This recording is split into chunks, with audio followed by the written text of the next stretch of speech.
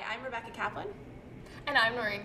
And we're coming to you from National Journal headquarters in Washington, D.C., the city that is the site of the 11th Republican presidential debate tonight, hosted by CNN and two right-leaning think tanks, the American Enterprise Institute and the Heritage Foundation. And the candidates are going to come here tonight to talk about foreign policy and national security, something they debated just about a week and a half ago in a debate hosted by CBS News and National Journal in Spartanburg, South Carolina. So Naureen, tell me a couple things that we're going to be watching for tonight. Sure.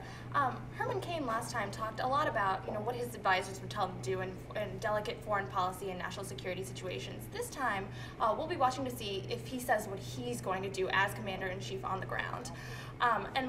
Since the last debate, he also had a sort of an embarrassing gaffe where he couldn't quite collect his thoughts on Libya, and it was recorded in an interview with the Milwaukee Sentinel-Journal's editorial board. So we're going to try to see him be on firmer footing, or whether he's going to be able to do that. We're going to be keeping an eye on Mitt Romney, who's been very much a steady sailor in the debates up until now, but recently we've seen him start to be overtaken in some early state polls by former House Speaker Newt Gingrich. So we'll see if he tries to make waves tonight by being perhaps a little more edgy, a little more daring in this debate, or if he goes with the straight and steady approach that served him so well so far.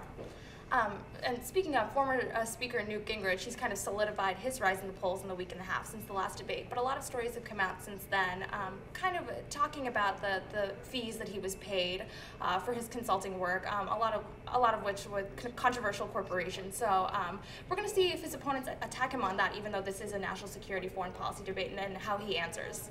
There are a couple other candidates we're going to be keeping an eye on tonight.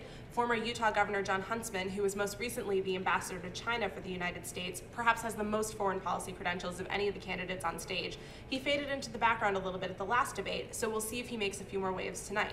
Supporters are always eager to hear from Texas Congressman Ron Paul, whose views on foreign policy actually fall a bit outside of the mainstream of the Republican Party, particularly with regards to bringing home U.S. troops from all around the world. And we'll be watching Texas Governor Rick Perry, who led the discussion a lot in the last debate with his proposal to zero out foreign aid to other countries. And he also needs a couple of good debates under his belt after an embarrassing gaffe about 2 weeks ago during the debate in Michigan, in which he couldn't name a third department that he would eliminate. So he really needs another strong debate tonight to help him come back in the polls. So that's what we'll be looking for tonight when the debate starts at 8 p.m. For National Journal and CBS News, I'm Rebecca Kaplan. And I'm Naureen. And thanks for tuning in.